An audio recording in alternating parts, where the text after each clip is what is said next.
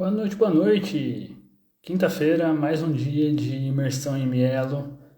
Hoje o tema é aplicação da toxina botulínica como tratamento da bexiga neurogênica. Estamos chegando ao fim de mais uma semana da imersão.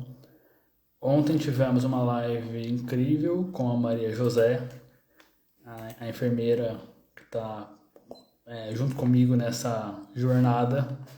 Ela trouxe acho, muito conhecimento importante e valioso para as mães e pais, principalmente, que estão principalmente começando nessa questão do cateterismo, tem muitas dúvidas sobre.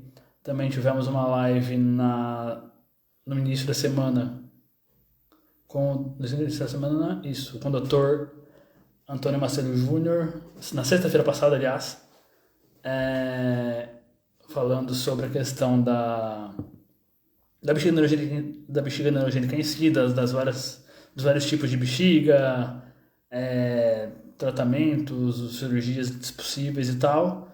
E hoje, encerrando a parte da bexiga neurogênica, a gente chega no tema de toxina botulínica, que é um novo tratamento que se chegou à conclusão que pode ser eficaz em algumas situações de bexiga neurogênica. Boa noite para quem está entrando. Boa noite, Daiane. Boa noite, Isa, que está sempre com a gente. Maria Rosália, Renata, TS Brandão, Cecília, Karen, Cris, Dr. Caio, eu vi que está aqui já, o nosso convidado da noite. Maria, Natanael, Marcele, Gil, Franciane. Gente, vamos espalhando a live aí. Quem tiver no grupo de mielo vai mandando para a gente espalhar, para ter mais gente para cá, para participar e entender mais e aprender sobre o Botox da bexiga. Bom, quem é o Dr. Caio? Além do meu urologista da CD, que eu comentei na semana passada, na live de ontem, a feliz coincidência de reencontrá-lo nessa imersão, graças a Maria José. Ele é formado em medicina pela Unesp, daqui de Botucatu, do interior de São Paulo. Ele é professor assistente responsável pelo ambulatório de bexiga neurogênica da Faculdade de Medicina do ABC. Boa noite, Laís. Boa noite, Juan. Boa noite, Paula. Boa noite, Maria José, querida. E o Dr. Caio também é chefe do serviço de urologia da unidade de Santana do Hospital São Camilo. Ele foi médico urologista na CD por 20 anos, mais ou menos, pelo que eu lembro. E aí, inclusive, meu médico, como eu já disse. Mili, boa noite. Mili tá vendo a gente lá de Portugal. Estamos internacionais. Tem gente de Portugal vendo a gente. Ontem tinha gente do Paraguai, já vi gente do Chile, do Uruguai. Então, estamos extrapolando as barreiras do Brasil. Vou botar o Dr. Caio aqui, que ele já pediu para entrar. Vamos recebê-lo. Vai entrar. A gente já começa o nosso papo. Vamos ver se ele consegue. Se não der, a gente já dá... Olá. Foi. Boa noite, doutor. Boa noite a todos. Boa noite, Renan. Maria José, que eu vi que está online aqui. É um prazer estar presente com vocês para discutir esse assunto que suscita tanto interesse, né? Principalmente nesse público específico. Sim. Primeiro, doutor, muito obrigado por aceitar o nosso convite, para estar aqui com a gente. Eu que agradeço. Eu sei que o senhor é uma das maiores referências também no assunto e é muito importante para a gente ter a sua participação aqui para compartilhar um pouquinho desse assunto que, como o senhor disse, suscita tantas dúvidas e até novidade para muita gente. Confesso que até eu entrar um pouco nesse universo, entrar mais a fundo nesse universo da mielo, nem sabia dessa possibilidade e eu achei bem interessante. Eu também tenho várias dúvidas sobre, e que batem com muitas das dúvidas que o pessoal manda para a gente. Então, vamos lá, fica à vontade para explicar um pouquinho o que é o Botox, como que ele pode ser aplicado na bexiga, para a gente começar a entender um pouco desse processo e depois a gente caminha para as perguntas que o pessoal mandou e vai seguindo com a live. Legal, vontade, vamos lá. Tô vendo que entrou uma outra paciente minha aqui, a Natchauri. Natchauri, tudo bem? Então, o que acontece é o seguinte, o Botox, Botox, na verdade, é um termo utilizado igual o Bombril para palha de aço, né? O Botox é o nome de uma marca, de uma toxina botulínica específica, e que as pessoas se referem à toxina utilizando a marca como se ela fosse universal. A toxina botulínica, na verdade, ela é uma toxina, ela é um veneno de uma bactéria anaeróbia chamado Clostridium botulinum, daí o nome da toxina. Essa toxina ela foi isolada, foi purificada e ela foi atenuada de forma que a potência desse veneno ficasse diminuída e que ele pudesse ser aplicado do ponto de vista prático, né? E basicamente o que o Botox faz? Ele é um veneno que causa paralisia em tecidos musculares. Então, quando você aplica a toxina botulínica, por exemplo, na face, o que você está fazendo é causando uma paralisia dessa musculatura para tirar rugas de expressão e, eventualmente, outras situações relacionadas. Então, você pode usar essa toxina, esse veneno atenuado, que foi atenuado para uso clínico, em diversas situações onde você busque relaxamento muscular. Né? Existem várias toxinas botulínicas diferentes, ela é uma medicação biológica, então não dá para a gente comparar, eventualmente, toxina botulínica, por exemplo, com medicação genérica, que você vai na farmácia e você pode trocar a medicação de referência por medicações similares com o mesmo efeito, utilizando a mesma dose em marcas diferentes. Né? A toxina botulínica, ela não é intercambiável. Então, você tem toxinas botulínicas de procedência de determinados laboratórios, de determinados países, e você não pode correlacionar essa toxina, a ação da toxina, a dose e a indicação, em situações absolutamente diferentes. Né? Então, se eu for abrindo demais aqui, você me direciona e a gente vai tentando deixar a coisa o mais didático possível. Por que isso é importante? Porque você me pediu para eu começar a falar a respeito do assunto e quais são as principais indicações. Então, quando a gente fala em toxina botulínica, para uso em trato urinário inferior, que pode ser bexiga, pode ser esfíncter, pode ser assoalho pélvico, a gente está falando, no Brasil, até muito pouco tempo atrás, especificamente do Botox. Eu falava especificamente do Botox, que é uma marca específica de toxina botulínica, porque era a marca até então que era autorizada pela Anvisa para você poder fazer uso, utilização no dia a dia.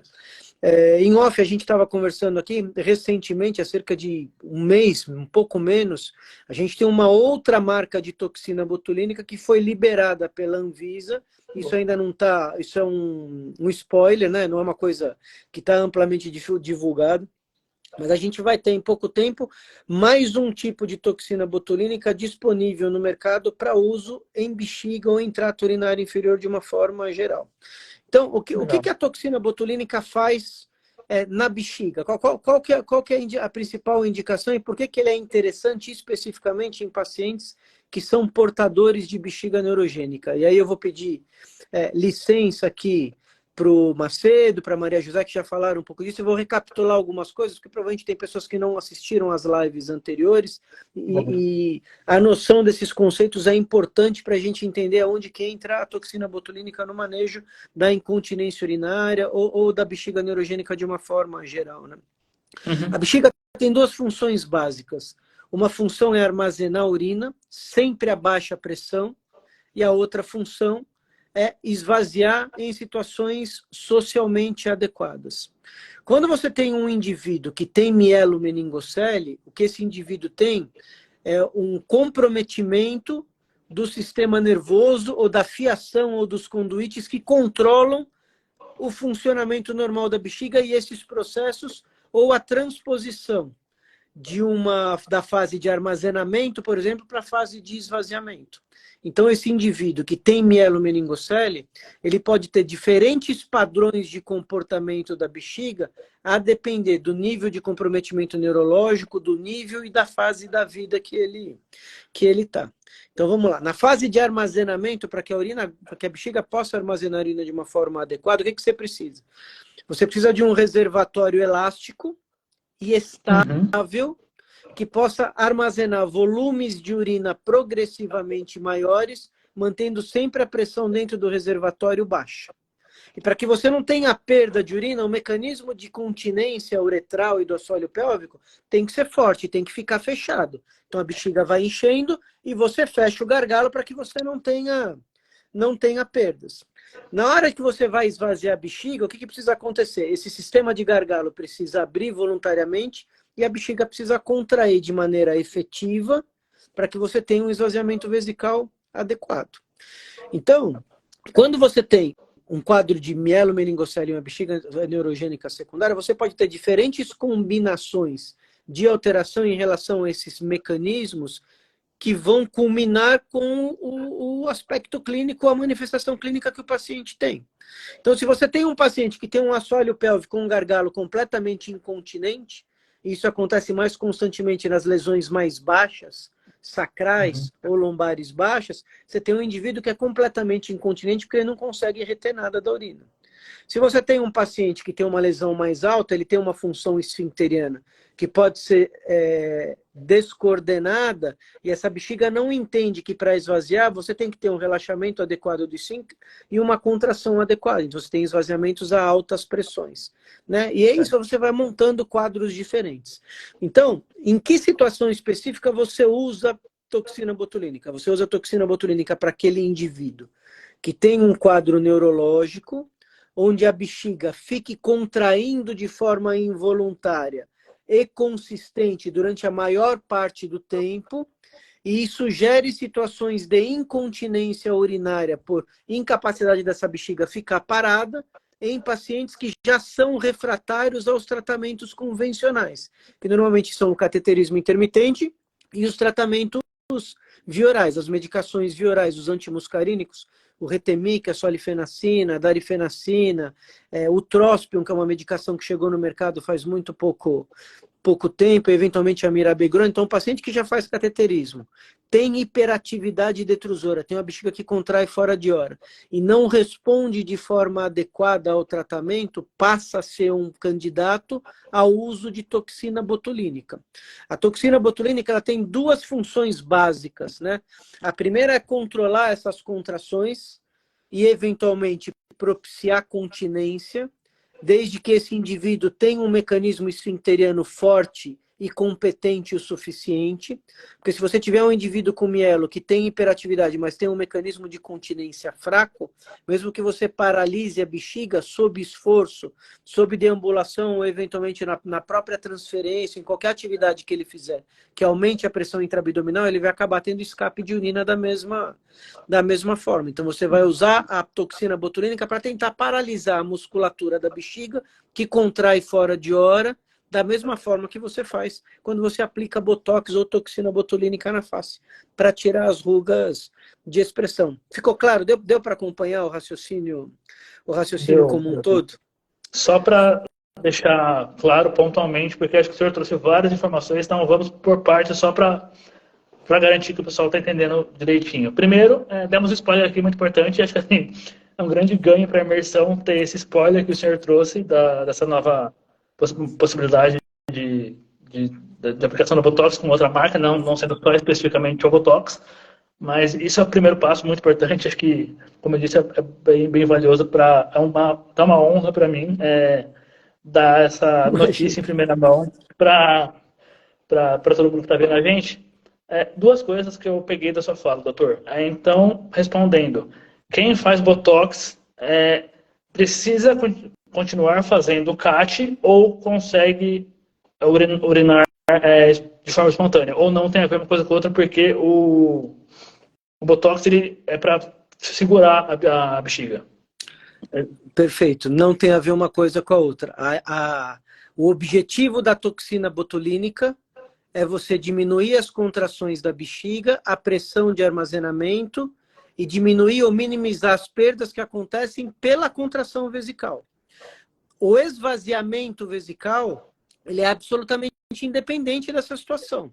Então, a partir do momento que você paralisa as contrações da bexiga, o que se espera é que esse paciente, esse indivíduo, tenha menos perdas de urinas involuntárias, que o resíduo aumente e que ele precise mais ainda se adaptar ou manter a regularidade do cateterismo. Então, o que você quer com a toxina botulínica é paralisar a bexiga. Na melhor situação, na situação ideal, o que você quer é paralisar a bexiga para que ela armazene urina de uma forma adequada, não ocorra perdas, e esse paciente só esvazie a bexiga frente ao cateterismo intermitente limpo. Tá? Ok. Então, você fazer a aplicação de toxina botulínica tradicional na bexiga não tem a intenção, em hipótese alguma, muito pelo contrário, de tirar o paciente do cateterismo intermitente.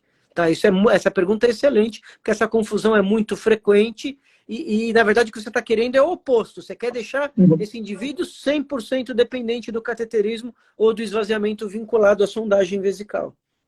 Para ele não ter perda fora de hora, né? Porque acho que isso é o que mais incomoda quem tem bexiga com esfíncter incompetente ou a hiperativa, acho que é por aí, né? E outro tema, até veio uma pergunta da Miriam agora também, quais são, só para deixar bem claro e entendido também, os tipos de bexiga que mais podem se beneficiar da aplicação do Botox? Porque, não, por exemplo, uma bexiga hipoativa não serve. Não funciona. Mas uma bexiga hiperativa ou nessa que tem o esfíncter incompetente, ela tem função, correto? Tá.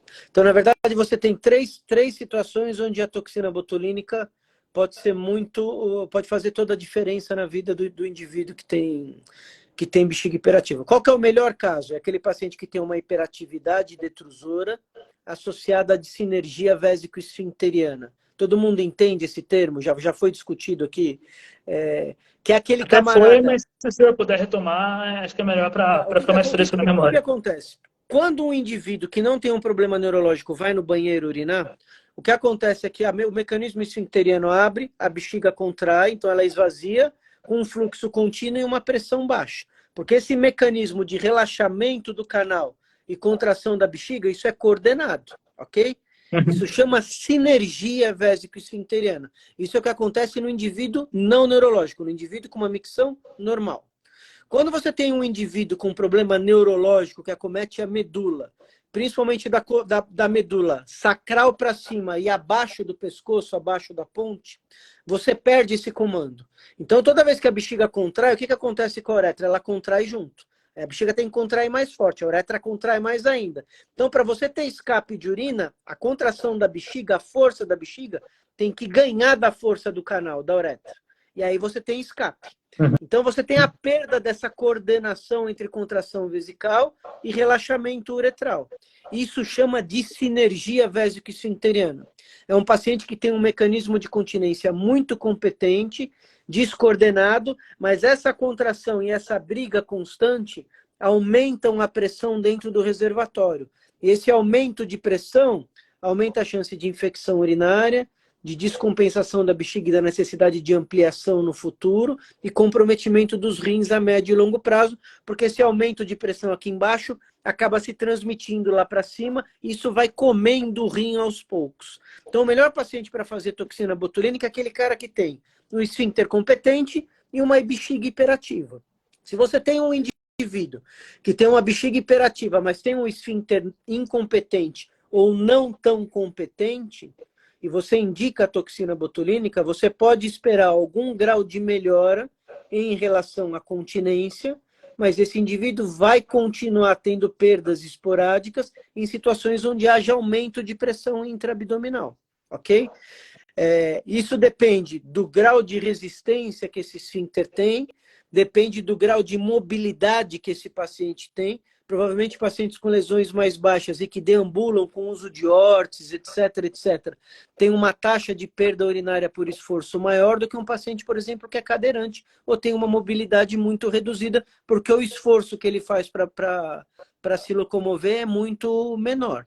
E a terceira indicação, que no meu ver, talvez seja uma das mais importantes e das menos percebidas pelos pacientes, é que você pode aplicar toxina botulínica em bexigas ou reservatórios de alta pressão para diminuir a pressão, porque você paralisa essa bexiga, ela para de contrair, então a pressão do reservatório diminui e você poupa esses indivíduos da necessidade de irem para uma cirurgia de ampliação de bexiga, que é o que a gente fazia no passado para praticamente todo mundo que tinha casos refratários ou que começavam a deteriorar trato urinário superior, porque você tinha que reconstruir a bexiga para diminuir a pressão de armazenamento do reservatório.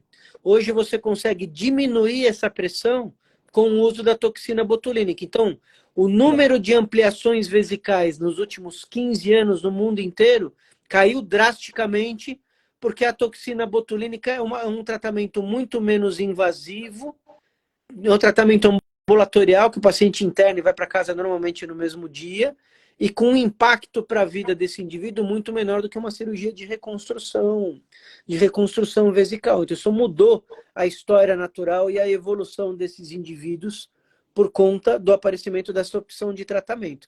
Existem opções de tratamento de toxina botulínica que são off-label, né? Que não cabem na bula, são experimentais, são em situações ultra específicas e que eu acho que não vale a pena a gente entrar nessa seara aqui, porque senão a gente aumenta muito a confusão de indicações. Sim. Vamos ficar no que já é estabelecido. No arroz com feijão, no que tá, no que é bem determinado e que é utilizado na maioria dos centros. O que a gente está seguindo aqui que tem evidência científica, já é comprovado. Vamos ficar no concreto, tentar ficar no concreto já. Sim. Eu tive uma interrupção de um intruso aqui, a gente viu momentâneo. Aí atrás. A gente viu aí atrás. Não tem problema não, fique em paz. Boa noite, doutora Silvia. Vi que a senhora está por aí. Vai estar com a gente na segunda-feira, falando sobre a questão da alimentação. Boa noite, Tainá, que está por aí também. Raniele. Aproveitar a pergunta da Raniele para já fazer a pergunta dela, que tem uma outra pergunta que já tinha mandado para a gente. A partir de qual idade pode-se fazer a aplicação do Botox, doutor? Na verdade, a idade não é um impedimento, ok? Embora a maioria dos estudos sejam com populações adultas, existe substrato de literatura o suficiente para você fazer em crianças e em população pediátrica. A grande dificuldade de fazer em população pediátrica, sobretudo no nosso meio, é o acesso ao equipamento específico para você poder fazer a aplicação numa criança pequena, porque o endoscópio, essa aplicação ela é feita de uma maneira endoscópica. Esse paciente é anestesiado, é sedado, você faz uma endoscopia da bexiga, como se fosse uma endoscopia do estômago, e faz a aplicação da toxina direto na bexiga, ok? Então você precisa de uma uretra que ela tenha um diâmetro suficiente para você poder passar o aparelho para chegar na bexiga e fazer a aplicação. Em crianças muito pequenas, você precisa de aparelhos e de agulhas específicas que sejam compatíveis com o diâmetro uretral das crianças. E a disponibilidade desses aparelhos no nosso meio é muito pequena, inclusive no ambiente privado. No SUS isso é praticamente inexistente. E nos hospitais privados, não são todos os hospitais, mesmo falando de hospitais de benchmark, hospitais de porte grande, de hospitais de renome e tal, porque é um investimento muito alto em equipamento e são procedimentos que não têm uma demanda que normalmente justifiquem esse investimento. Então, não é um aparelho que você tem facilmente acessível em qualquer local. Então, apesar de ser uma opção terapêutica, você tem a restrição de acesso à toxina botulínica de uma forma geral, e você tem a restrição de acesso ao aparelho de uma maneira complementar. Eu acho que no país, muito pouca gente tem experiência de uso de toxina botulínica em crianças. Eu tenho uma experiência acumulada importante, porque eu trabalho com isso há muito tempo, e faz uma diferença gigante, até no potencial de evolução natural da própria história da doença no decorrer da vida dessa criança, porque você vai tirando esse indivíduo da necessidade de tomar medicação durante um bom tempo, você tem a questão de ter que fazer reaplicações sucessivas, e tudo isso tem que ser levado em consideração na hora de você poder avaliar disponibilidade e indicação. Tem dois adendos importantes aqui, Renan, que eu queria colocar, que é o seguinte. Primeiro, um paciente que vai fazer a toxina botulínica, quando isso é bem indicado, você vai ter que reaplicar, em média, a toxina botulínica para a população neurológica em torno de uma vez a cada 9 meses. Ok? Isso varia de forma individual, cada paciente responde de uma forma diferente, e você vai fazendo reaplicações em média a cada 9 meses durante a vida. Então, isso infere na necessidade desse paciente ter internações e anestesias sucessivas, por um lado.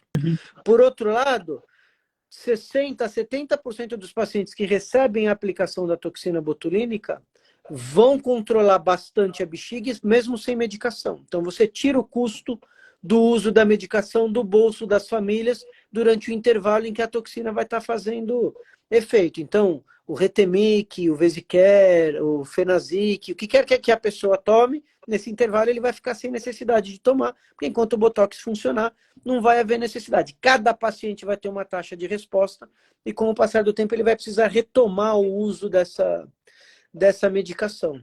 Existem preocupações crescentes hoje em relação ao impacto dessas medicações de controle da bexiga para questões cognitivas na idade adulta, como maior incidência de Alzheimer, de demência, de aprendizado de matemática, etc, etc. Porque essas medicações, principalmente o Retemic, que é o pior de todos nesse sentido, pode trazer um efeito deletério lá na frente. Então, hoje tem uma publicação super recente que traz isso como uma preocupação importante da International Continence Society, que é a Sociedade Internacional de Incontinência, e que reforça a importância da gente reavaliar a introdução precoce de terapias como a toxina botulínica para tentar evitar esses efeitos a médio e longo prazo. Não sei se eu fui claro o suficiente aqui, mas a mensagem é a seguinte: numa perspectiva de tempo talvez não muito longa, a gente seja mais liberal ou indique toxina botulínica com uma frequência maior do que tem sido feito até então,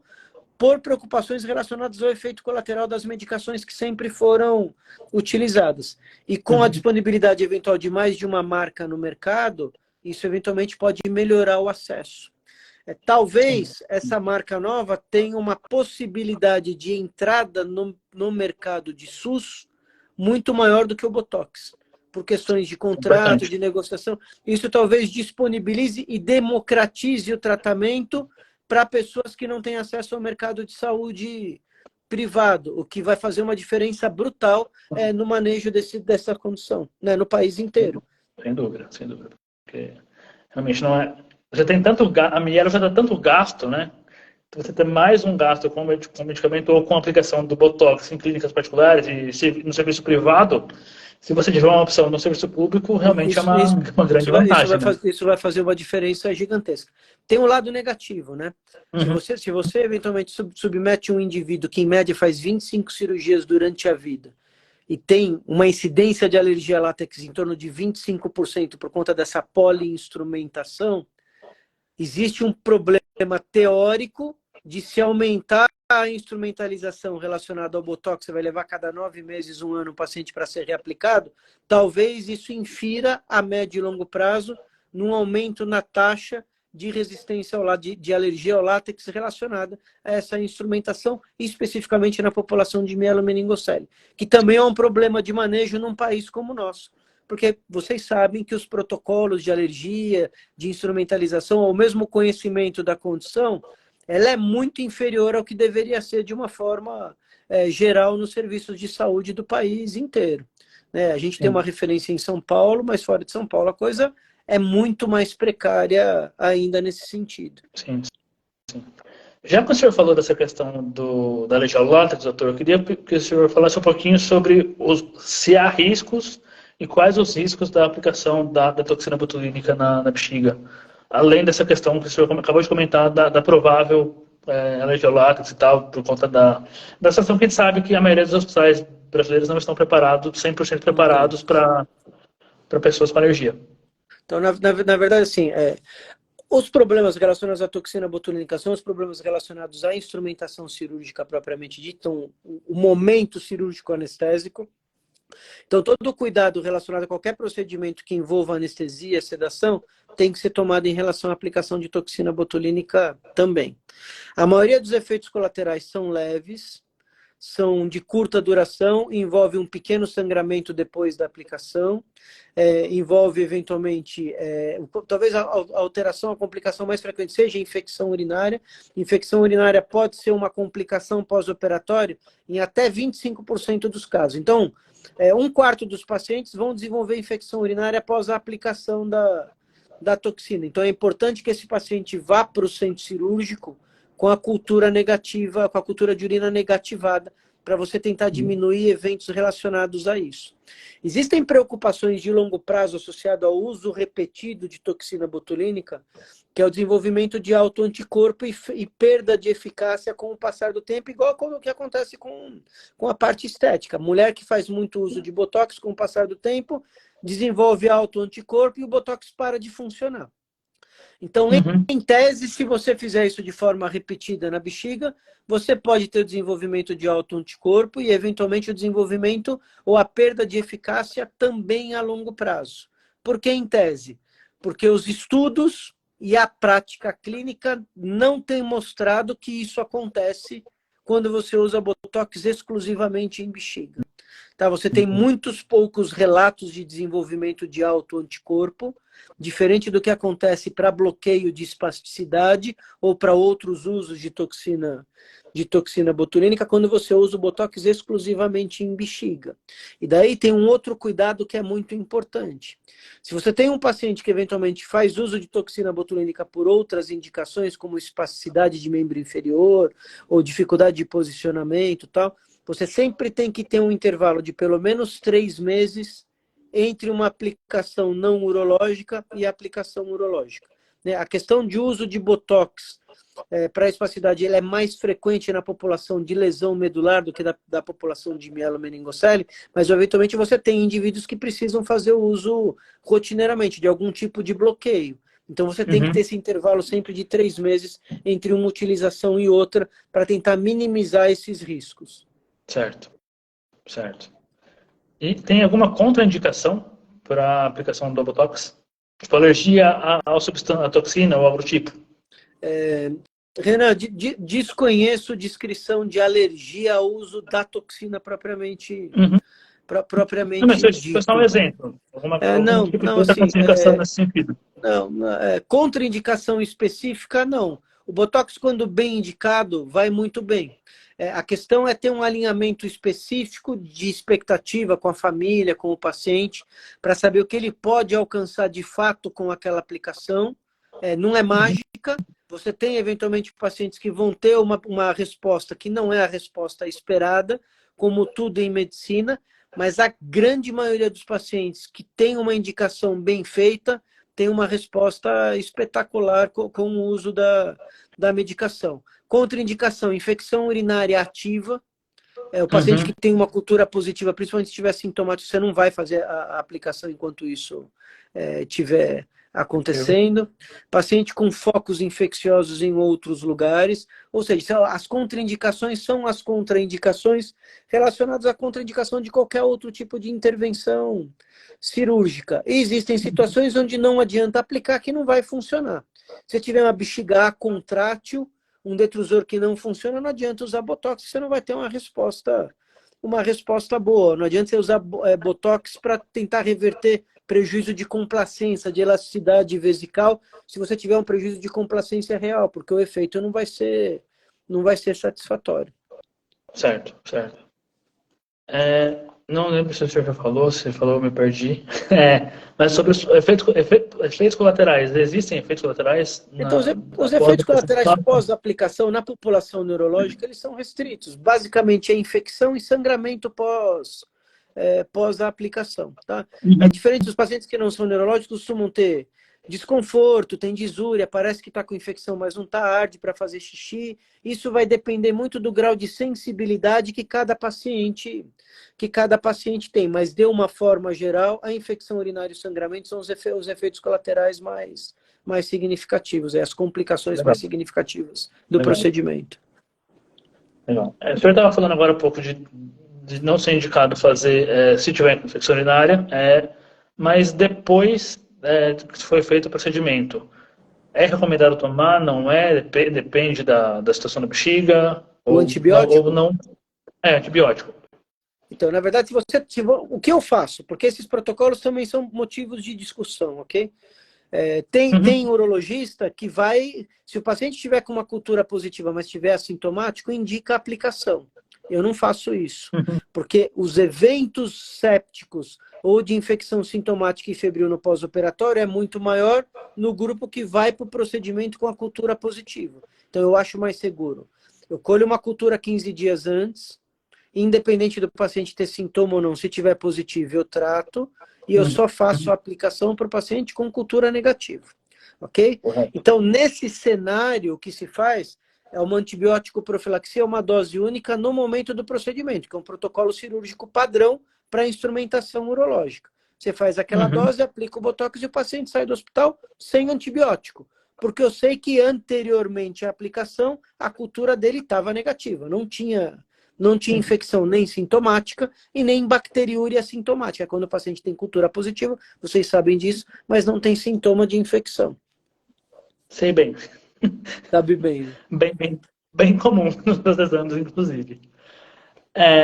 Voltando para uma outra dúvida que mandaram para a gente, se uma pessoa que faz a aplicação, ela terá que repetir o procedimento de tempos em tempos até o final da vida?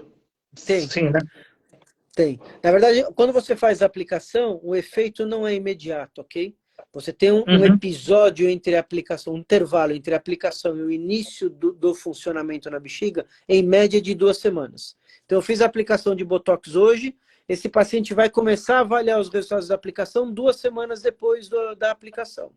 E, em média, as reintervenções são feitas em torno de 9 meses.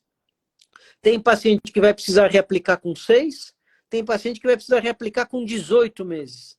Então, cada paciente vai responder de uma forma diferente, mas em média, para a população neurológica, é de 9 meses. Isso vai ser mantido durante a vida toda ou o intervalo em que o paciente entender que aquilo está sendo efetivo. Né? Eu tenho um paciente que já aplicou 1, 2, 6 vezes e na 6ª vez ele fala, pô, eu quero dar um tempo e voltar para o remédio e mais tarde eu volto se eu vou aplicar novamente. Tudo bem? Tudo bem. Tem paciente que já aplicou 11 vezes e continua aplicando e continua tendo uma resposta adequada. Tem uma pergunta que eu estou lendo aqui, ó. Eu posso ir respondendo essas perguntas? Você vai intermediando? Como é que... A gente está pegando aqui também, mas se o senhor já viu, quiser aproveitar, deixa para responder, fica à vontade. Pode responder sim. Então, lá, fiz a aplicação esse ano e percebi que essa aplicação não fez muito o efeito esperado, provavelmente. Então, assim, o que acontece? Você tem que avaliar muitas coisas quando você tem uma aplicação e o efeito ele não é tão importante assim. A primeira questão é afastar que não tem infecção no pós-operatório, porque a infecção persistente é a principal causa de má resposta à aplicação de toxina.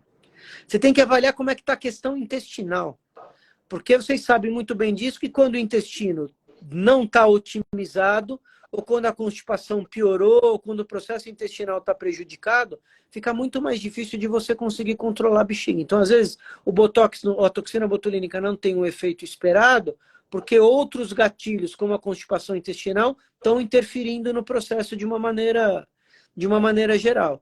Você tem que avaliar a dose que foi utilizada na aplicação, o tipo de toxina que foi utilizada. Porque, eventualmente, podem estar sendo utilizadas outras medicações ou outras toxinas que sabidamente têm um efeito menor ou respondem pior quando aplicadas em trato urinário. Então, tem várias variáveis que têm que ser levadas em consideração para você poder entender exatamente o que causou aquela falha de resposta. Eu vi outras 2 perguntas aqui que são interessantes. Fique à vontade, doutor. Tá, eu acho que vale a pena responder. Ó. Se a toxina pode ser aplicada somente no esfíncter incompetente. Na verdade, se o esfíncter já é incompetente, provavelmente ele tem uma inervação e um funcionamento muscular débil, e a aplicação de toxina vai trazer muito pouca vantagem para esse tipo de indicação. Existem situações específicas e protocolos de pesquisa específicos, isso não é rotina, ok?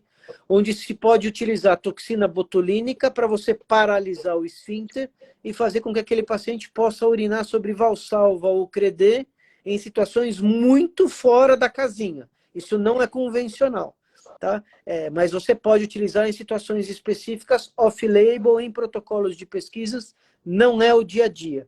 Tá? E tem essa outra aqui, ó. Em criança de 4 anos com indicação de vesicostomia, se seria interessante testar Botox antes ou depende? Depende.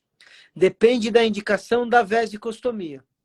Se a indicação da vesicostomia é que você tem uma bexiga terminal, pequena, endurecida, que já não tem mais elasticidade, tem que fazer a vesicostomia.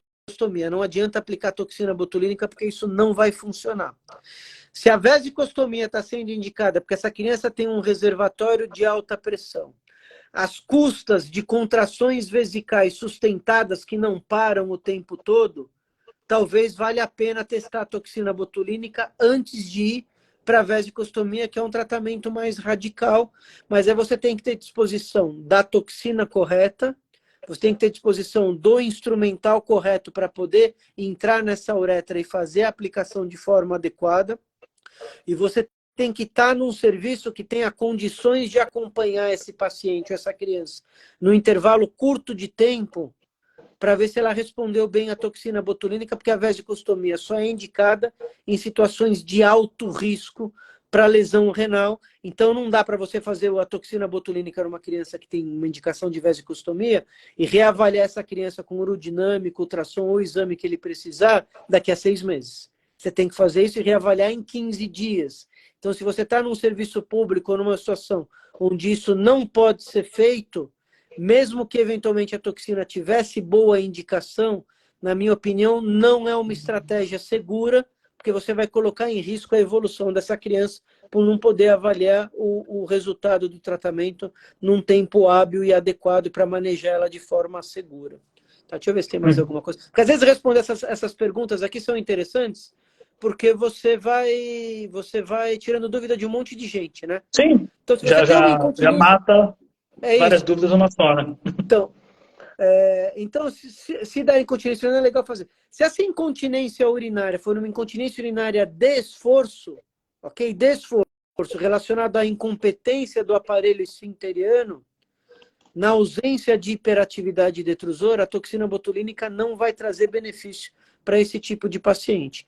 Se você tem um paciente que tem uma incontinência urinária mista, que é aquele indivíduo que tem os dois componentes, componente esfinteriano e componente de hiperatividade detrusora, a toxina botulínica pode melhorar o padrão da perda da hiperatividade, mas esse indivíduo vai continuar perdendo urina em situações de esforço específico. Vamos ver se tem mais alguma coisa. Tratamento para esfíncter incompetente é um problema grande, é uma dificuldade enorme no mundo inteiro, porque a verdade é que a gente não tem uma boa taxa de resposta com nenhuma terapia disponível. O esfíncter artificial provavelmente é a melhor alternativa em meninos. Em meninas é o sling, que é uma cirurgia que você faz uma ancoragem da uretra.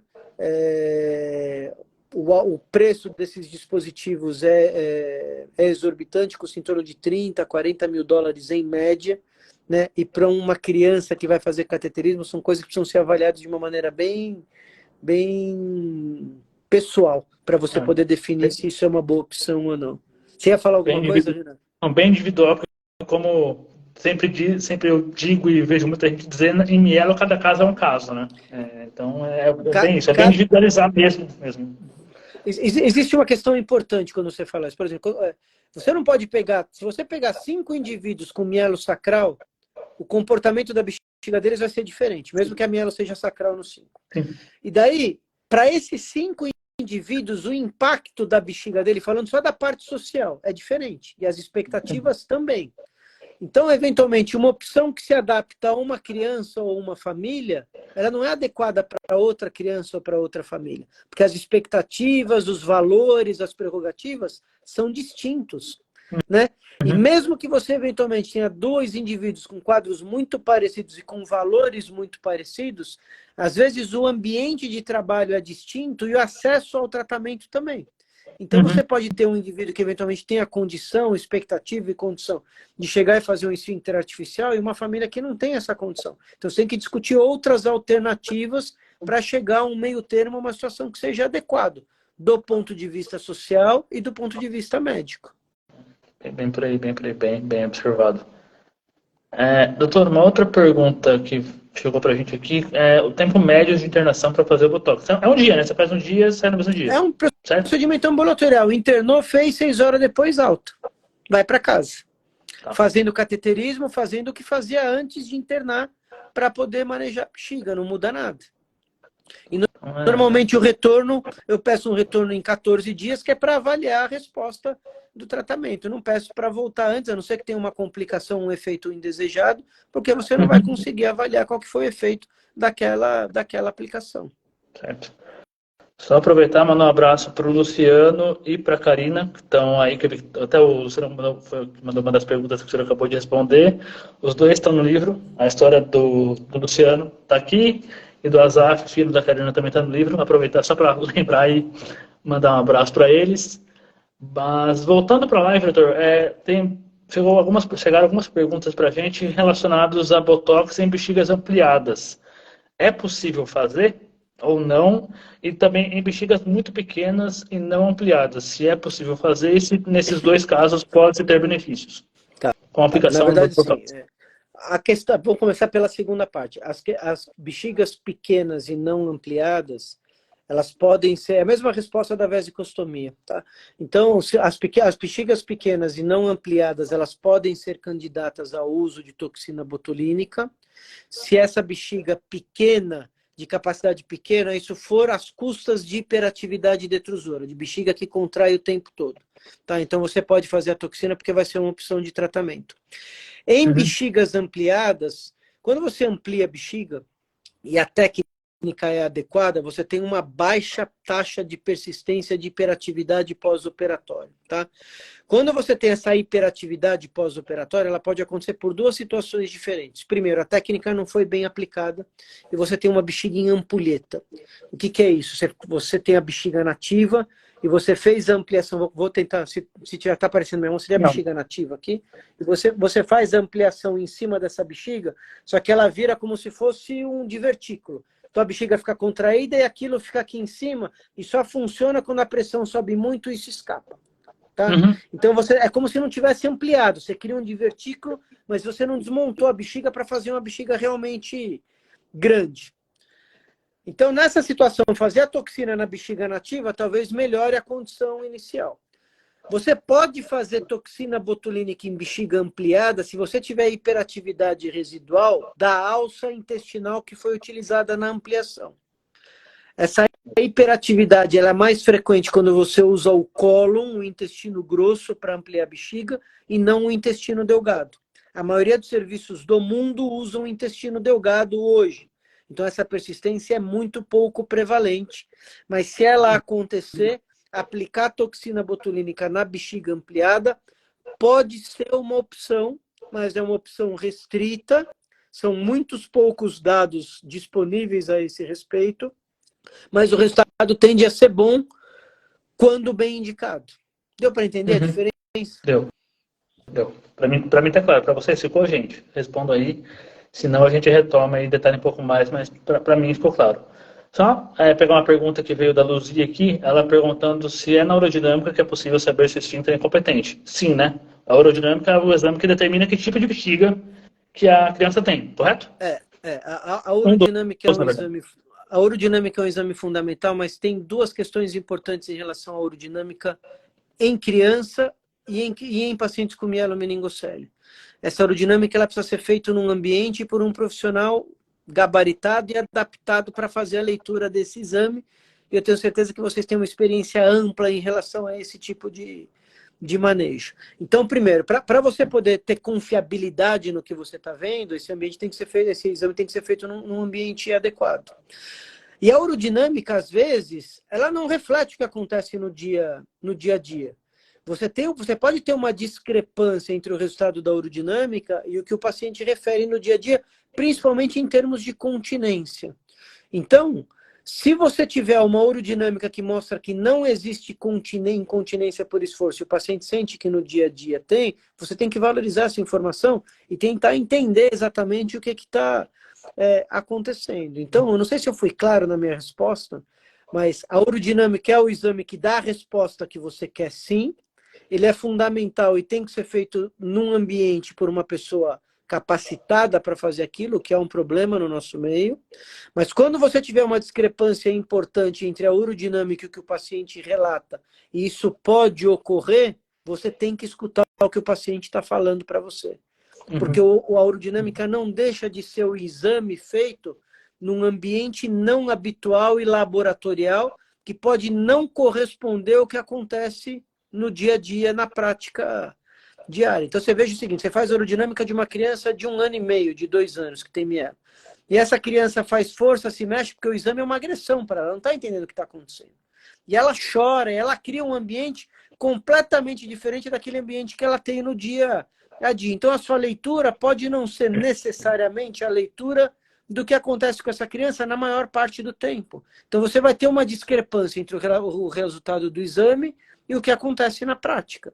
E o médico tem que ter a sensibilidade de poder avaliar isso e interpretar esses achados na hora de determinar a conduta. Correto, correto.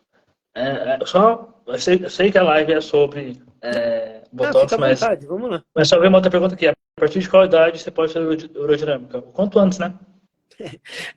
Isso aí está uma discussão gigantesca. Na minha cabeça, assim, isso está em alinhamento com a maioria dos centros de referência do mundo, você vai fazer o quanto antes. Se você fechou a mielo, a criança saiu do choque medular após o fechamento da mielo, que para mielo isso acontece em média entre 6 e 8 dias, teoricamente você deveria mandar esse paciente para a urodinâmica. E se ele tiver um comportamento vesical de alto risco, você vai começar a tratar desde já. Se tiver hiperatividade com sinergia, eu estou aproveitando porque tem uma pergunta dessa aqui. O tratamento da hiperatividade com sinergia é cateterismo e medicação, e antimuscarínico. Ok? E aí você vai reavaliar e vai monitorizar esse indivíduo e essa criança para pegar complicação, evolução, para poder discutir outras alternativas. A toxina botulínica ainda é um tratamento de terceira linha. A primeira linha é o cateterismo e a medicação. A toxina vem depois para pacientes que não respondem, respondem mal ou complicam com o uso da medicação. O que eu falei no começo é que talvez daqui para frente a gente tenha uma permissividade maior para indicar a toxina numa fase anterior, por conta de preocupações que começam a surgir em relação ao uso das medicações de longo prazo. Tem alguém que perguntou aqui qual que é a referência desse trabalho e tal.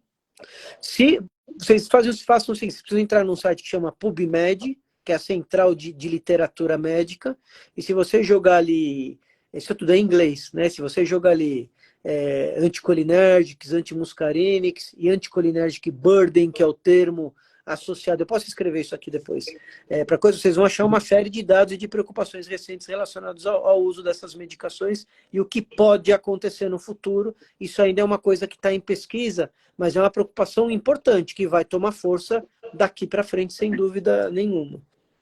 Legal. Se tiver um estudo, a gente pode mandar para mim também, mas a gente... Eu mando, divulga. Eu coloquei meus dados aí, o pessoal pode ir mandando, a gente vai se falando. Ou a gente deixa nos comentários também depois, a gente manda a gente passa a informação para frente.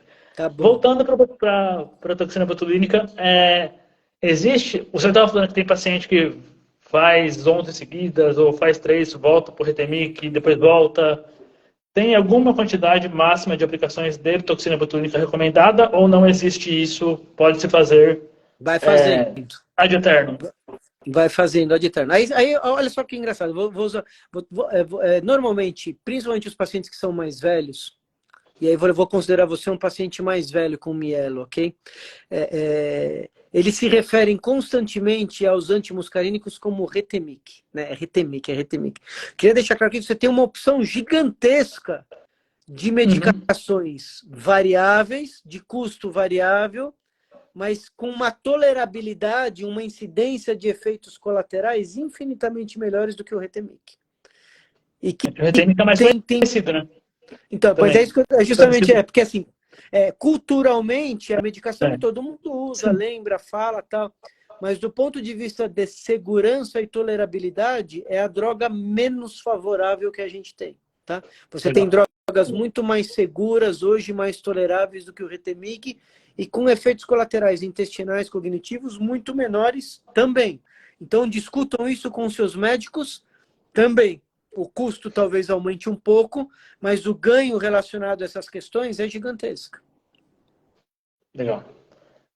Já que o senhor tocou no assunto Retemic, vem uma pergunta aqui. Qual a sua opinião sobre a aplicação da Retemic intravesical? É super favorável. A toxina botulínica, a oxibutinina intravesical, ela é eficiente, ela é segura, porque você tem uma taxa de reabsorção muito baixa, então ela só atua dentro da bexiga, e é uma ótima opção. A questão é a seguinte, é como fazer isso. Porque se você for para a Europa, na Europa você tem comercialização de formulações de oxibutinina, que é o nome científico do Retemic, para ser injetado diretamente na bexiga. Então você compra isso na farmácia, pronto para injetar na bexiga. Como é que você faz o uso de toxina de Retemic ou de oxibutinina para uso em bexiga no Brasil? Você tem que comprar o comprimido, macerar em casa, fazer uma solução tabajara ali, uma alquimia em casa, fazer o cateterismo e injetar direto na bexiga. É assim que se faz. Se isso for feito de uma maneira correta ou minimamente contaminada, funciona muito bem. É off-label, não é legal, não é sustentado pela regulamentação, pela coisa, mas é legal e funciona bem.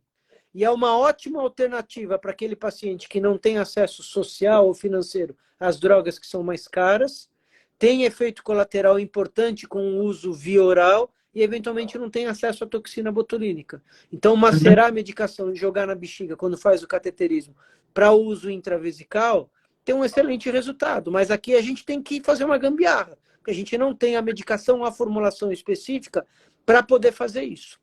O xarope do Retemic, a solução oral, tem açúcar. Então, tecnicamente, não é muito adequado você usar a solução oral do Retemic para colocar na bexiga, porque tendo açúcar, potencializa em tese o risco de infecção associada a essa manipulação, ok? Certo, certo. Ainda no assunto Botox versus Retemix, se o senhor consegue traçar um paralelo entre prós e contras de um e outro, ou não existe isso porque são coisas diferentes? Não, não existe um estudo direto, mas a gente pode traçar um paralelo facilmente. Eu vou mudar o termo Retemic para antimuscarínicos, que são a classe de drogas de uma forma geral, tá? Até por uma forma pedagógica para as pessoas entenderem que dá para sair da casa. E tem outras opções mais adequadas de fato para uso de longo prazo, tá? Os antimuscarínicos você precisa tomar diariamente, tem um custo alto, tem efeitos colaterais em relação à parte intestinal, principalmente os menos seletivos, no caso o Retemic. Tem um impacto cognitivo potencial, prejuízo de ensino de matemática e preocupações relacionadas a uma incidência maior de demência e Alzheimer na fase adulta, ok? Toxina botulínica, ela é cara para quem paga, operadora ou sistema público, só que ela é feita uma vez por ano a cada 9 meses. A efetividade dela em relação a manter essa bexiga sob controle é muito superior das medicações via orais. Não tem impacto em relação à parte intestinal, que tem que andar em equilíbrio com a bexiga, porque senão você não consegue controlar a bexiga de maneira adequadamente, só que envolve a necessidade de você fazer internações subsequentes e reaplicações subsequentes com sedação. Tem o risco do ato cirúrgico anestésico e tem aquela preocupação que a gente já discutiu, se essa manipulação repetida não aumentaria em tese a taxa de alergia ao látex, que é um outro problema secundário que pode estar vinculado a essas reinternações. Certo, certo. Ok, explicado. Quem pode fazer a aplicação da toxina botulínica numa pessoa? Somente urologistas ou cirurgiões gerais também podem fazer? Ou não? Quem pode fazer? No Brasil, você sendo médico, você pode fazer tudo, ok? A lei te permite isso, não é recomendável. Agora, respondendo a pergunta, assim, quem tem treinamento técnico, capacidade técnica para indicar e fazer, são os cirurgiões urológicos, são os urologistas, eventualmente alguns cirurgiões pediátricos, muito poucos, ok? Assim, para bexiga neurogênica, talvez para bexiga hiperativa, alguns ginecologistas também, mas não é o caso do que a gente está discutindo aqui. Para bexiga neurogênica, especificamente o urologista, sem dúvida alguma, e alguns cirurgiões pediátricos que você conta, talvez nos dedos de uma ou duas mãos, para poder nomear e falar, esse cara tem capacidade para indicar e fazer isso de uma forma adequada. Certo, certo. Está explicado. Doutor, o Jaime mandou 2 perguntas para nós aqui. Ele diz que ele é atleta e cadeirante.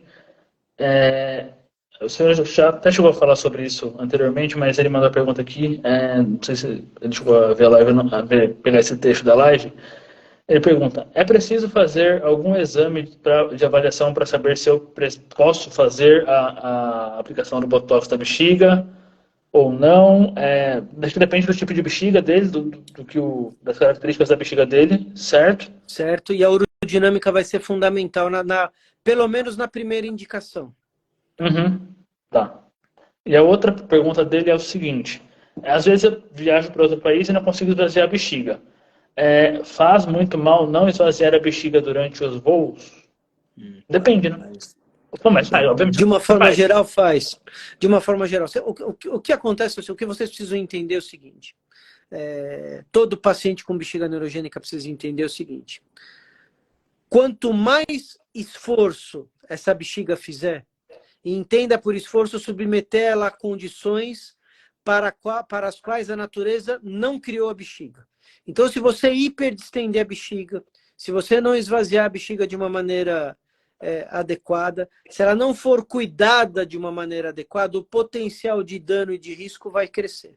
Ok? Uhum. Então, se você faz um voo de 8 horas e você não esvazia a bexiga, o que acontece? Você hiperdistende. A hora que você hiperdistende essa bexiga, você lesa toda... Igual você pegar uma bexiga de festa e assopra ela além do normal. O que acontece? Ela perde forma, ela não volta, porque você tem um dano das fibras elásticas da bexiga. Com a sua bexiga acontece a mesma coisa. Sim. Essa hiperdistensão gera aumento de pressão, e se gera aumento de pressão, isso causa isquemia da parede da bexiga. O que é isquemia? O sangue não chega. Se o sangue não chega, a nutrição da musculatura cai e aquelas células morrem. Se elas morrem, elas vão ser substituídas por um tecido cicatricial fibroso que não tem elasticidade. Ok? E essa isquemia também faz com que você tenha diminuição do revestimento epitelial aqui dentro. Então você aumenta a chance de ter translocação bacteriana e infecção urinária sintomática. Então, se você submeter a bexiga a uma hiperdistensão, um sistema de hipertensão ou um manejo inadequado de cateterismo, o que você está fazendo é destruir essa bexiga aos poucos, fazendo com que aumente o seu risco de infecção urinária, de perda de elasticidade e de dano ou dificuldade de manejo a curto, médio e longo prazo. A mesma coisa que você ter diabetes, tomar remédio de um dia sim, um dia não, vai na festa do primo, detona nos brigadeiros, come 10 pedaços de bolo e acha que não vai acontecer nada. A conta vai chegar. Para alguns chega com 30, para outros chega com 40, para outros com 50, mas uma hora chega. Então, quanto melhor você tratar essa bexiga, menos problema você vai ter. Daí a necessidade de você ser agressivo na investigação e do manejo. Se você comparar uma criança que faz urodinâmica com 1 ano e começa a fazer cateterismo e toma medicação com 1 ano, com um grupo de crianças que chegou para a urodinâmica e começou a ser manejado aos 4 e 5 anos, a incidência de complicação, de ampliação vesical e de dano renal no segundo grupo é muito maior do que no primeiro. Porque você foi mais agressivo e começou a tratar direito antes. Sim, exatamente. Tanto que antigamente, acho que você tinha muito mais esses casos de danos na bexiga, indo assim, justamente pela introdução tardia do cateterismo ou de medicamentos. A gente chegava tarde, não sabia tratar, não tratava direito. Hoje isso acontece menos, mas ainda acontece. Não, ainda acontece. Tem 2 perguntas sobre a questão da atuação da toxina botulínica no esfíncter em si. Uma pergunta o Botox ele só faz efeito na bexiga ou também no esfíncter? E se ele fizer efeito no esfíncter, de que maneira ele atua? Então ele vai bloquear o esfíncter, ele vai paralisar o esfíncter. Mais uma vez, isso aqui é off-label, é fora da bula, ok? Você pode usar a toxina botulínica no esfíncter para paralisar o esfíncter e fazer com que aquele camarada possa urinar fazendo força, ou o que você vai fazer é enfraquecer, você vai fazer uma denervação química, você vai enfraquecer o aparelho esfincteriano para que a urina saia com mais facilidade. Basicamente é isso que você faz. Ok. Então, para encerrar já, só tem mais uma pergunta, que seria sobre a questão que a gente estava falando um tempo atrás, do custo de ter que fazer, pelo menos até o momento, a aplicação em centros privados e tal, sobre custos, e que o custo seria muito alto, e talvez um impeditivo e tal. Eu queria perguntar para o senhor se o tratamento, como o Botox ou a toxina botulínica, enfim, é coberto pelos planos de saúde e, se não, se tem um custo médio disso para ser feito. Ele está no rol da ANS, então ele obrigatoriamente precisa ser coberto por todo o plano de saúde. Tá? O que você precisa ter? Você precisa ter a urodinâmica, você precisa ter indicação e normalmente um relatório médico dizendo que é um paciente que tem uma hiperatividade vesical detrusora refratária ao uso de saiu o gol aqui, de antimuscarínicos e que tem indicação de fazer a aplicação de toxina. Num ambiente onde isso vai ser feito de forma privada, o custo é alto, tá? Porque você vai utilizar em média aí entre 200 e 300 unidades de toxina botulínica. Em criança, você faz 5 unidades por quilo de peso ideal, então a dose é um pouco menor, tá? Então, se você for levar em consideração que você vai usar 2 a 3 ampolas de toxina, só de toxina botulínica hoje você vai gastar em torno para perto de R$ 5.000, só da toxina. Se você for levar em consideração a internação com anestesia num hospital de nível bom em São Paulo, isso deve custar em torno de 9 a 10 mil reais. Sem falar em honorários de equipe médica, tá?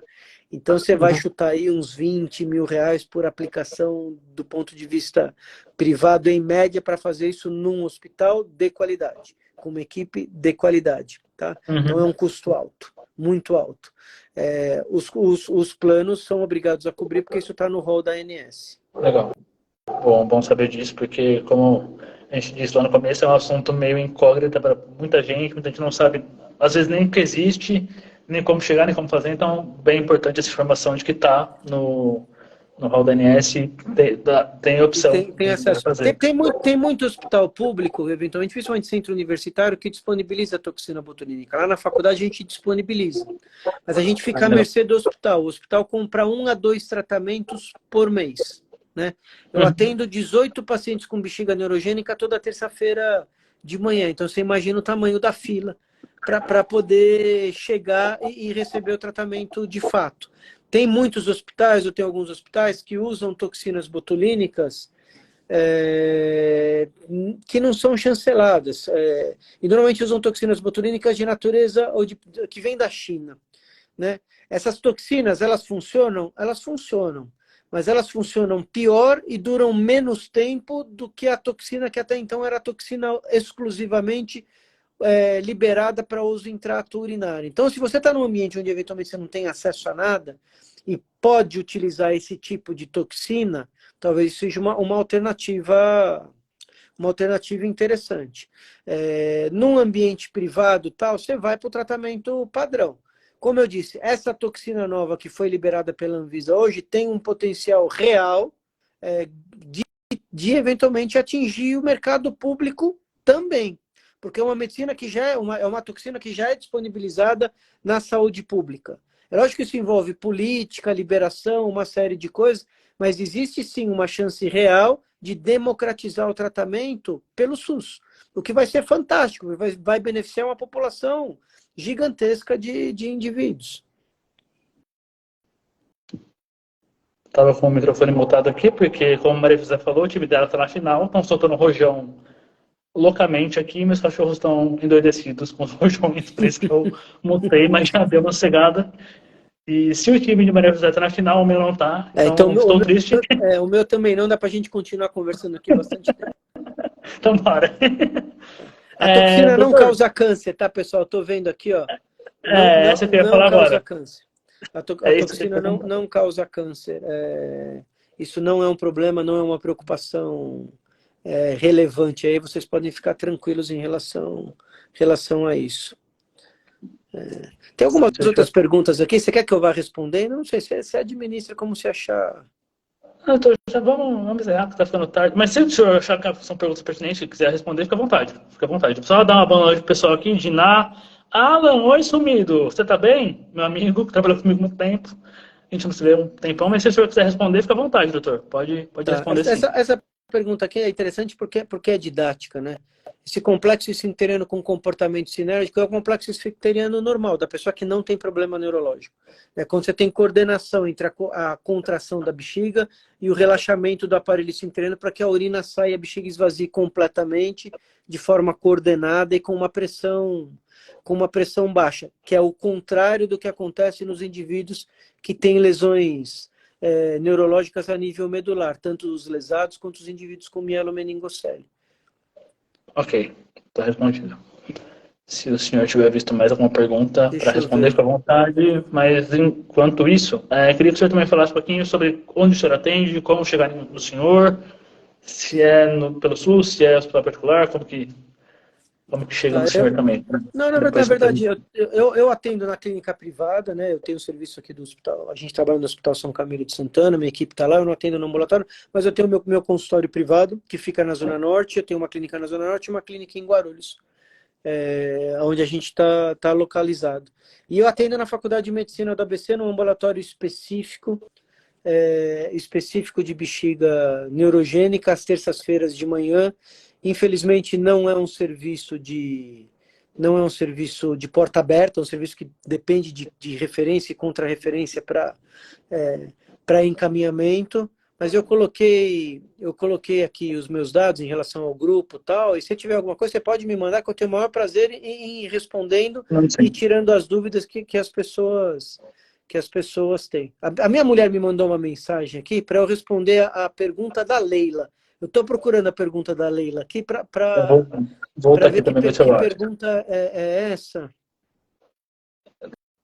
Tem uma pergunta da Cláudia, perguntando se tomar oxibutinina é prejudicial e se tem outro medicamento. Então, volta aqui, o que a gente acha. Será que o Botox torna a pessoa mais continente? Será que é isso? A ideia do Botox justamente é controlar o comportamento hipertensivo da bexiga, e se ele tiver um esfíncter competente, fazer esse indivíduo ficar continente. E isso acontece em cerca de 90% a 95% dos pacientes com esse padrão de bexiga submetidos a esse tipo de tratamento.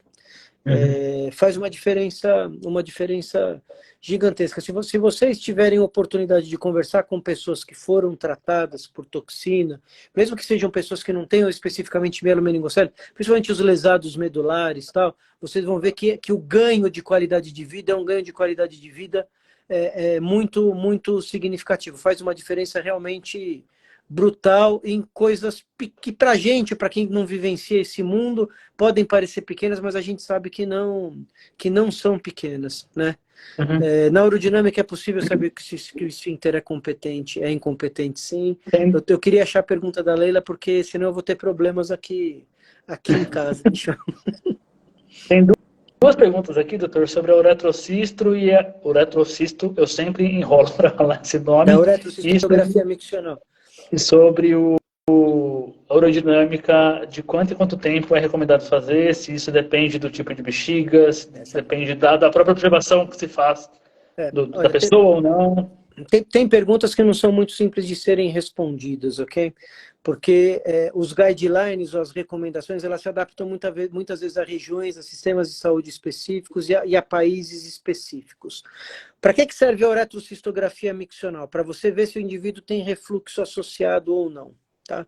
Quem que é o indivíduo, quem que é o paciente com mielo que normalmente tem refluxo ou tem risco de ter refluxo? É aquele paciente que tem hiperatividade com dissinergia vésico-esfincteriana, é o paciente que tem infecção urinária febril, esse paciente é um paciente de alto risco, ou eventualmente pacientes que têm alteração em exames de imagem, como hidronefrose no ultrassom, ou cicatrizes renais, a cintilografia com DMSA, para os indivíduos que têm acesso ou que são submetidos a esse exame. Tá? A uretrocistografia vai mostrar refluxo em cerca de 14% dos pacientes com mielo. Só que 90% dos pacientes se enquadram dentro desse grupo que eu falei para você. Padrão urodinâmico de alto risco, dilatação, escara renal ou infecção febril, antecedente de infecção febril. Então, normalmente, na prática, eu reservo esse exame para esse grupo de indivíduos, e para pacientes que não conseguem fazer a videourodinâmica, que é um exame que associa a urodinâmica ao estudo contrastado que já faria uretrocisto, mas urodinâmica num exame só. Mas é um exame caro que normalmente você só faz em ambientes privados muito específicos, ok? De quanto em quanto tempo você repete a urodinâmica? Isso aqui, meu amigo, tem uma discussão gigantesca. Todos os guidelines falam ou sugerem que você faça a urodinâmica uma vez por ano, ok? Uhum. A gente está num país onde a maioria dos pacientes não conseguem fazer urodinâmica, não tem acesso à urodinâmica, ou Às vezes não demoram consegue nem anos para médico, conseguir né? fazer, né? Ou demoram anos. Então, você falar que você vai fazer urodinâmica uma vez por ano no nosso país é totalmente nonsense e fora da realidade, né? A maioria dos estudos mostra que quando você faz urodinâmica todo ano, em 85% das vezes ela serve exclusivamente para você ajustar a medicação. Então, o efeito prático de fazer urodinâmica todo ano, real, ele é muito pequeno. Então, o que eu faço? Eu faço a urodinâmica inicial, determino o padrão e o tratamento, e a gente repete urodinâmica se o paciente evolui fora do contexto esperado, se ele tem complicações ou se você precisa mudar a conduta. Está fazendo cateterismo e tomando medicação e precisa ir para toxina botulínica. Você vai ter que fazer urodinâmica. O paciente está fazendo cateterismo e tomando medicação e está deteriorando. Você precisa fazer urodinâmica para ver o que está acontecendo. Então, na minha prática e pela dificuldade de acesso que a gente tem, eu acho muito difícil no Brasil você instituir um regime onde você repita a urodinâmica anual em todos os pacientes, embora o guideline canadense, o americano e o europeu tragam isso como uma referência obrigatória. Ok. A pergunta aqui, idade inicial para fazer urodinâmica, apesar dos exames estarem ok. O quanto antes a gente já falou anteriormente, mas reforçando o que você falou, recuperou da cirurgia do fechamento da mielo, se possível já faz urodinâmica para entender as características da bexiga, né? Renan, isso é importante. A minha tese é investigar o padrão miccional de pacientes com mielo em idade adulta que achavam que urinavam normalmente. Porque às vezes o paciente consegue urinar, tem sensibilidade, acha que está tudo bem, e a equipe médica também acha legal manter esse paciente numa conduta conservadora. Paciente com diagnóstico neurológico de alto risco para trato urinário e mielomeningocele é um diagnóstico urológico de alto risco, precisa fazer urodinâmica sempre. Porque não importa a percepção que o paciente tenha ou como ele acha que as coisas estão caminhando. O que importa é como elas realmente são. E o que vai definir se aquele paciente urina de uma forma segura ou não é a urodinâmica. Então, até ele fazer uma urodinâmica e ter certeza que é seguro, não dá para falar absolutamente nada. Uhum. E quanto antes você fizer o exame e instituir o tratamento, melhor vai ser a evolução desse indivíduo. É o que a Maria José falou ontem. Quem determina o que vai precisar fazer no cuidado com essa bexiga é aerodinâmico, então tem que fazer. Tem que fazer e não menos... tem conversa. Só que se esse paciente não tiver feito urodinâmica, mas já tiver tendo infecção urinária de repetição, fez um ultrassom e mostrou dilatação, uma criança que não cresce, que não ganha peso, que não desenvolve, você pode ter certeza que por trás desse quadro, potencialmente, você tem uma bexiga de alto risco. E mesmo que você não tenha acesso à urodinâmica naquele momento, você tem que começar a tratar essa criança como uma bexiga de alto risco. Então, você tem uma criança de 3 anos que chega para você, que já teve 2, 3 infecções urinárias de repetição, tem um ultrassom normal e você não tem acesso à urodinâmica, e vai demorar 1 ano e meio para ela fazer a urodinâmica na cidade dela até chegar a um centro de referência. Você não vai esperar esse tempo, porque daqui a 1 ano e meio ela está numa condição muito pior. Você vai tratar e vai esperar a urodinâmica para corroborar que aquela situação é uma situação de risco. Exatamente. Bom, é isso, doutor. Queria agradecer ao senhor mais uma vez pela disponibilidade, pela atenção, por toda por compartilhar tudo que o senhor sabe sobre tanto bexiga neurogênica em si, quanto a questão da toxina botulínica na bexiga, que o senhor é uma das maiores referências do país nisso. Então, muito obrigado por topar participar da nossa imersão. Obrigado a todo mundo que participou, que interagiu, que vem acompanhando a gente desde o início. Lembrar que amanhã não temos live, mas na sexta entraremos na parte do intestino com a doutora Soraya. E na próxima segunda-feira também, como eu disse, a doutora Silvia acabou de comentar aí também, vai falar sobre a parte nutricional em pessoas com mielo. Duas perguntas, a Letícia está falando. Quais? Medula presa piora a bexiga neurogênica? Excelente pergunta. A medula presa piora a questão da continência. O primeiro sinal de medula presa é a deterioração esfinteriana. Então, é aquela criança que vinha bem continente e de uma hora para outra ela começa a ficar incontinente de uma maneira inexplicável. E isso normalmente acontece nos estirões de crescimento, quando a criança dá aquela esticada, porque ancora na cicatriz da miele você tem tração das fibras neurológicas. Então, fazer urodinâmica e ficar atento para essa piora de continência é fundamental no diagnóstico da medula presa e na determinação da conduta. Se você fizer o diagnóstico rápido e o neurocirurgião intervir rapidamente, você consegue recuperar essa função esfinteriana em praticamente 95% dos pacientes. Última pergunta da Leide Gabi. O senhor tem pacientes que não precisam sondar ou é raro? É raro. É muito raro. Muito raro. É muito raro, muito raro. O que eu falo para os pais, e principalmente para aqueles pacientes que vêm para a primeira consulta, é o seguinte: a gente não pode perder a fé em hipótese alguma. Não importa qual fé a gente processe, mas a fé é um alicerce importante na nossa vida.